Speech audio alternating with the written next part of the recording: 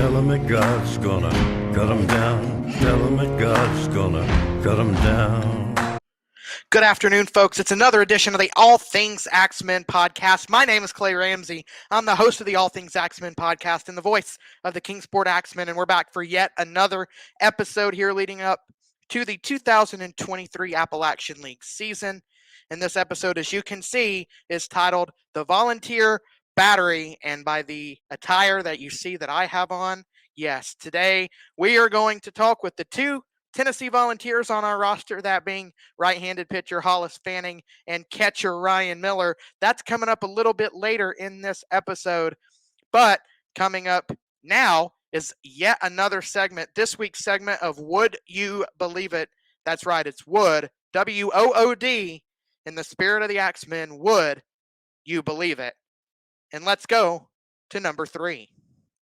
And you know I had to do it. We're going to have Ryan Miller on in this episode later on, so why not give Ryan Miller the third spot on our countdown, the first player to appear on the Would You Believe It segment for this year's team, and this, the second of Miller's 2-home run game against Bellarmine on April 25th. 2-2. Miller again. Shot into right. Way back. Scoreboard. Second home run for Miller tonight. Both of them 3-run bombs. A lot of power in that lefty bat. Went down and got the off speed. Didn't clear the scoreboard this time. He hits it.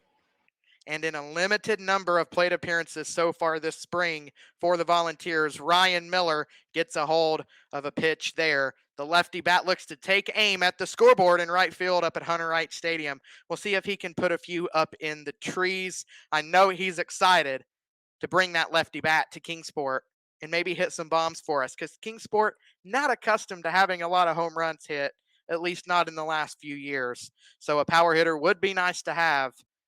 And how about Ryan Miller? A 2-home run game, and that home run against a sidewinder from Bellarmine. Big swing. Moving on to number 2.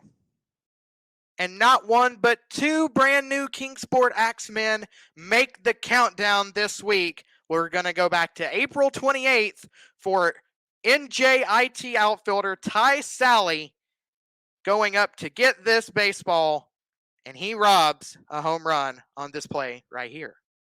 Can hit some home runs. This one is laced in the air center field, well struck. Back to the fence goes Sally, leaps. Oh, he made the catch! Robbing a home run from Potosa with a leaping grab like Superman. Holy Toledo, what a grab by Ty Sally. Holy Toledo indeed for Ty Sally, and Sally going to have a lot of ground to cover in the Kingsport outfield this summer. You know, in the roster episode, I likened him to Ian Strom. And for many that have seen Ian Strom play when he was in Kingsport, many will remember that he looked a lot like Ty Sally looked like in that play right there. And Ty Sally going to be fun to watch again in the Kingsport outfield this summer. He occupies number 2, the only defensive play in today's ranking. Let's go check out number 1. And for this final clip, we're going to go all the way back to March 31st of this year, and making it on the countdown for the third time in just 4 episodes of doing this segment is Caleb McNeely. He was first on for a defensive play and then for a moonshot home run the last time out of the Would You Believe It segment. And in this one, a moment much grander than the 2 of those. And this is hitting for the cycle. Here's Caleb McNeely getting the triple for West Virginia's first cycle since 2014. Such a tough call for the umpire because it's right there. This ball squared up by McNeely, looking for the 2-homer day. Jones makes the, no, he cannot make the catch up against the wall in center. McNeely needing a triple for the cycle on his way to third. And it's only going to be, if it's a rule to triple, he's got it. If it's a double and an error or an error period, he doesn't. That should be a triple. He was thinking 3 all the way right out of the box. He squared it up. looked like the ball might have been caught, but with that carom off the wall, good time to take a chance. You're up 8-3, 1 out, get the runner to third. And perhaps the biggest moment of Caleb McNeely's career, getting that cycle, legging out the triple, running so hard that his jersey comes undone.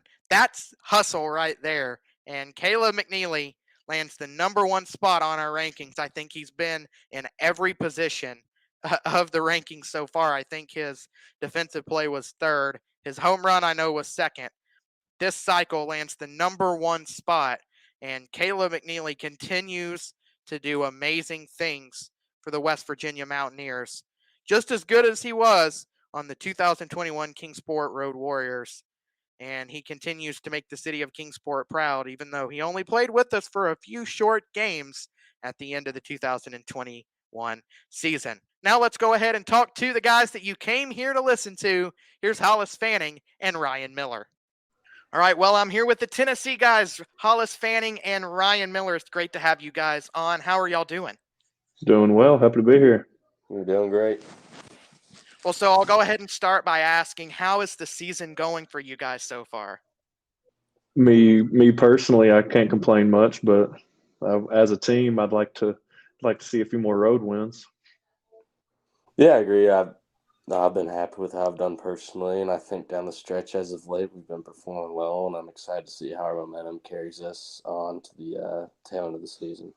Speaking of that season, kind of talk about the strain and the difficulty of playing in a conference like the SEC.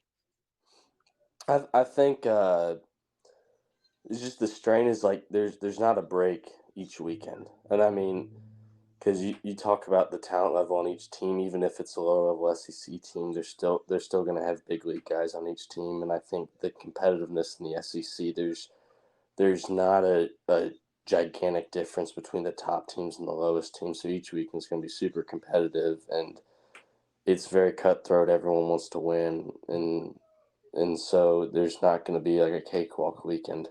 So every weekend you're going to be giving it your all to come out on top. Even with the even just the physical strain, I mean, there's the emotional strain, like he was talking about, like you're just fighting it out. But this past week, I threw 3 times in a week for the first time in my life, and it hit me pretty hard. But I mean, it was just something you got to get used to, and then you may have live at bats on a Wednesday. You got to be ready 3 days out of the weekend, ready to throw again on Tuesday.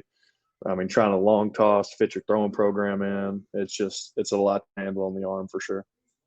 Yeah, and you guys just got through with the series win over Kentucky. That's a big win for you guys as y'all continue to fight for that 4th seed. Kind of talk about how big that series win was. I think it was huge. Like, obviously, RPI plays a big part in kind of seeding for things, and obviously the regional stuff. And so coming in knowing they were #1 in RPI, that was obviously huge for us to get a win, and them being a great team too. That was a huge series win for us to pull out of that. I think it was just pretty good too to show that we could out scrap a team. And I mean, we had some games that had larger run margins and that looked like we handled pretty well and came out with big wins. But I mean, they were clawing back. They were fighting the whole time, and it felt good to go out there and just win a game that we had to keep them off of. Yeah, and I thought the other good thing was it was 2 teams with 2 different styles of baseball. They weren't going to outpower us, but they were going to get away with, if you weren't able to play catch with them playing small ball, that's how they're able to beat teams. And we were able to limit mistakes and not let them get in positions to take advantage of their small ball game. So I think that was huge to show that we were able to do that. So kind of going back to last year, kind of talk about the experience of getting to play in the College World Series. I didn't get to go. You didn't get to go? No. What about you, Ryan? Were you able to go? I was off for the summer too. Well, just what was the energy like surrounding the team then, since the 2 of you didn't get to go? Because I'm sure the guys were talking about it. So what was that like? Yeah, it was a lot of buzz. I mean, a lot of dudes fired up, heard a lot about it when they got back. I know it was a great opportunity, and it was sad the way that it ended and that it went so quick. But, I mean, it's something, we just got to fight for and try to get back to on our own. So kind of talking about the summer ball side of things, have either of you played summer ball before, or is this the first time that y'all are playing in a summer league? This will be my third time playing summer ball, so I've enjoyed my experiences, and it's always fun getting out there again and playing and meeting like a whole new group of guys and kind of coming together and getting real close in a short span of time. So I really enjoy that aspect of it. This will also be my third year. I spent after my freshman summer, spent that in Charlotte, and then spent last summer in California. A lot of travel time for the both of you guys. Yeah. As I mentioned before I started this broadcast, the championship banner behind me here, y'all are going to get to play for a championship team. And how does it feel to get to play for a championship team? Does that kind of fuel your fire or put more pressure on you? I think it's just it probably fuels the fire more. It's not like there's pressure. It's a new team each year, and so obviously probably the staff that's there expects nothing different, but it's always fun having a standard to live up to. Like at Tennessee here, we'll have a certain standard we want to play it or hold ourselves to. So I think it'd be the same thing coming to Summer Bowl, having a high standard to live up to. Will keep yourself in line. Yeah, I don't really see it as any pressure, but it definitely does help to. I think, as you said, we had 8 returning guys. 8 returners. And then with keeping the whole staff around, it just does show that there's a tradition of winning that we plan to be upheld to, and hopefully they'll keep us in line and we can make it happen again. Well, you guys are playing for a team that had 2 of your teammates, Andrew Lindsay and Kyle Booker, on the roster last year. Have either of them told you guys anything about Kingsport? I've heard nothing but good things. They were thrilled to hear that we were going there, and they were super pumped, and they couldn't talk enough about how much they loved going to Kingsport. Yeah, and even just the Appy League in general. I mean, they said it was just seemed like a class act, and they really take the load off of you with working on food and travel and everything, just making sure everything's taken care of, and you can just focus on playing baseball is big.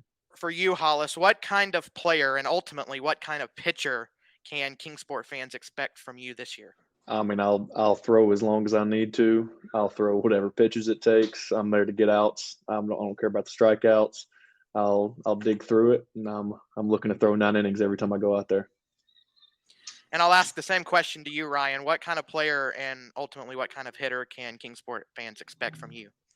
As a player, I think it'll be fundamentally sound. I'm going to play the game hard, play it tough. And as a hitter, be a tough out, hit the ball far, and drive in runs. What do you guys hope to take away from this season? It'll be a little more time to actually just sit down and work with a pitching coach and have that back and forth like we don't really have the time to do all the time in the SEC, with just our travel schedule, practice schedule, all that. We don't get much time to just sit down and talk. And I'm really hoping that I can just, pick the guys' brains and try to help develop my secondary pitches and work on a little more control. Kind of lost it recently.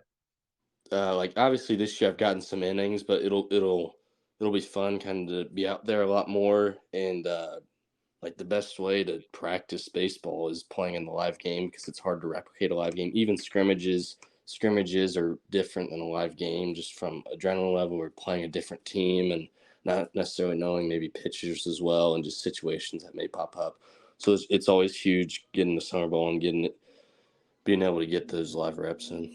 And kind of bouncing off of that, maybe there's one skill, or for you, Hollis, maybe one pitch that you're looking to grow this year. What would be that one thing that you're looking to grow the most?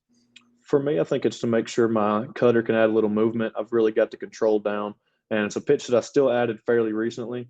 But now that I know I can locate it for a strike, I want to make sure that I can move it around the barrel, and then hopefully just trying to get my curveball back. I kind of put that on the back burner, trying to just make sure I can become an actual pitcher first and not just a thrower.